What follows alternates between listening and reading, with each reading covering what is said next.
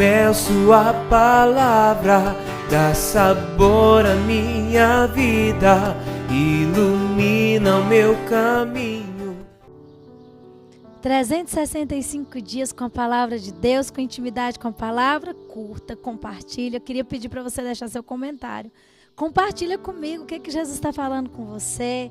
Fala, dá seu testemunho, diz: Debrinha, olha, está sendo uma maravilha, está sendo assim um divisor de águas, Deus está falando comigo, eu estou aprendendo tanto.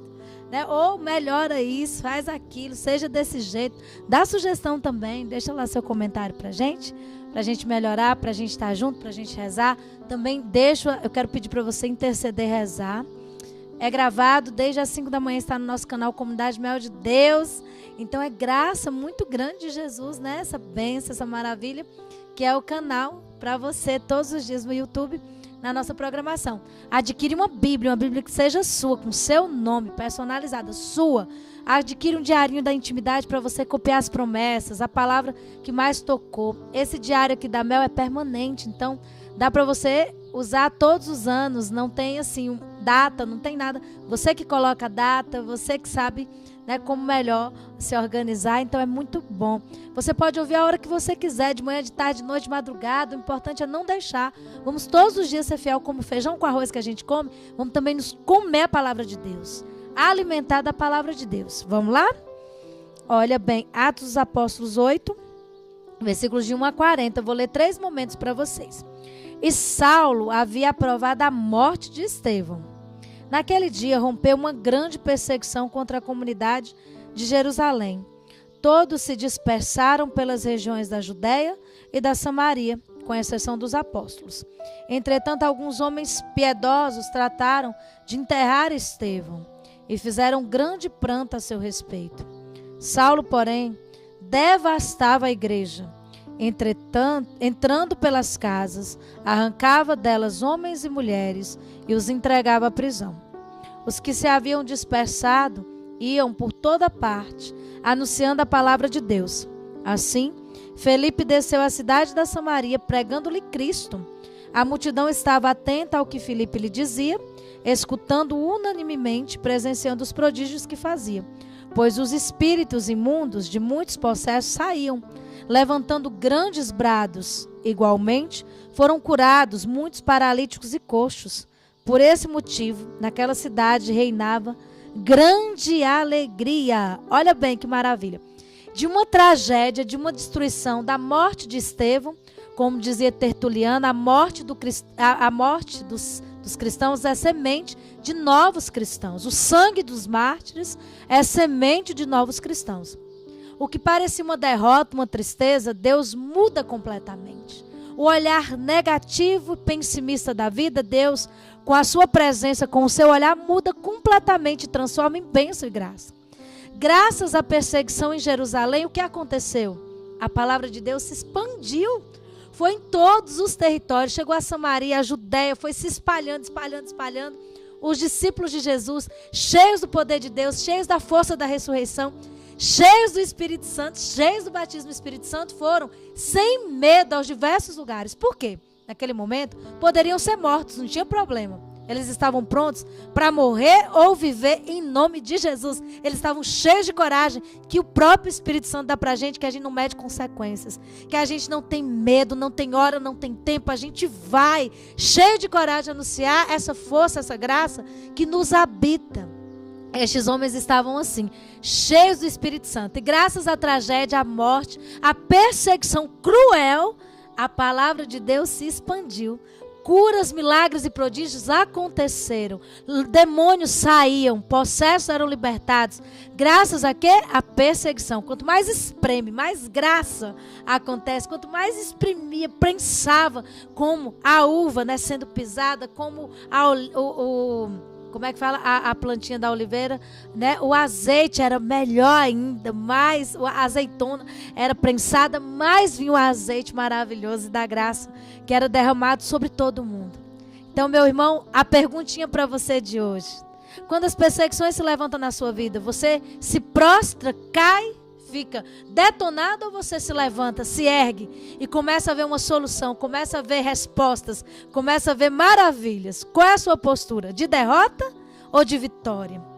De se fechar, sucumbir, se aprisionar ou expandir, libertar? Essa pandemia para você tem sido vitória ou derrota? Tem sido graça ou desgraças? Como você tem lido os acontecimentos doloridos, as perseguições e os sofrimentos? Com o olhar de Deus ou com o olhar de Satanás? Com o olhar de vitória, de graça, como filho? Ou você tem visto, né, sucumbido na depressão, na tristeza, na derrota e não tem visto a oportunidade que Deus está te dando? É oportunidade ou desavença? É oportunidade ou o contrário disso? Você fica fechado no seu mundinho. Vamos lá. Aí quando começou a propagar a graça, olha bem, chegou um espertinho chamado Simão, o mago. Tem muitos Simãos na Bíblia, né? Simão Pedro, Simão, São Judas Tadeu tem o irmão dele que é Simão também, o apóstolo de Jesus. Então há muitos Simãos na Bíblia. Esse aqui é um Simão ruim, não é bom, o mago. Ora, havia ali um homem por nome Simão, que exercia magia na cidade, maravilhando o povo de Samaria. E fazia-se passar por um grande personagem. Todos lhes davam ouvidos, do menor até o maior, comentando: este homem é o poder de Deus, chamado Grande. Eles o atendiam porque por muito tempo os havia deslumbrado com as suas artes mágicas. Mas depois que acreditaram em Filipe, que lhes anunciava o reino de Deus e o nome de Jesus Cristo, homens e mulheres pediam o batismo. Simão também acreditou e foi batizado. Ele não abandonava Filipe, admirando, estupefado, os grandes milagres e prodígios que eram feitos. Os apóstolos que se achavam em Jerusalém, tendo ouvido que a Samaria recebera a palavra de Deus, enviaram-lhe Pedro e João. Estes, assim que chegaram, fizeram oração pelos novos fiéis, a fim de receber o Espírito Santo, visto que não havia descido ainda sobre nenhum deles, mas tinham sido somente batizados em nome do Senhor Jesus. Então os dois apóstolos lhes impuseram as mãos e receberam o Espírito Santo. Quando Simão viu que se dava o Espírito Santo por meio da imposição das mãos dos apóstolos, ofereceu-lhes dinheiro, dizendo: dai-me também este poder, para que todo aquele a quem impuser as mãos receba o Espírito Santo. Pedro respondeu: maldito seja o teu dinheiro e tu também, se julgas poder comprar o dom de Deus com dinheiro. Não terás direito nem parte alguma neste ministério, já que teu coração não é puro diante de Deus. Arrepende-te dessa tua maldade e roga a Deus, para que, sendo possível, te seja perdoado este pensamento do teu coração. Pois estou a ver-te no fel da amargura e nos laços da iniquidade. Retorquiu Simão: rogai vós por mim ao Senhor, para que nada do que haveis dito venha cair sobre mim.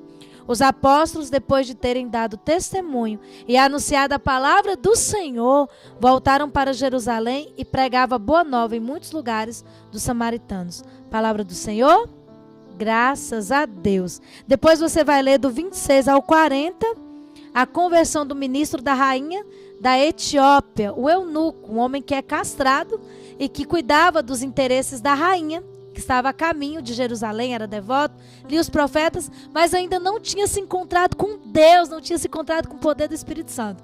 E Filipe, cheio do Espírito Santo, explica as Escrituras, impõe as mãos e o batiza no poder do Espírito Santo, e esse eunuco ganha sentido, ganha vida, ganha força para continuar a sua caminhada. É linda a história. Este homem tinha tudo, mas não tinha o principal, que é o poder, a força, a graça, o Espírito Santo, o encontro pessoal com Jesus Cristo. Então vale a pena você ler, vou deixar aqui 26 a 40, você vai ler, tá bom? E Filipe é transportado, arrebatado.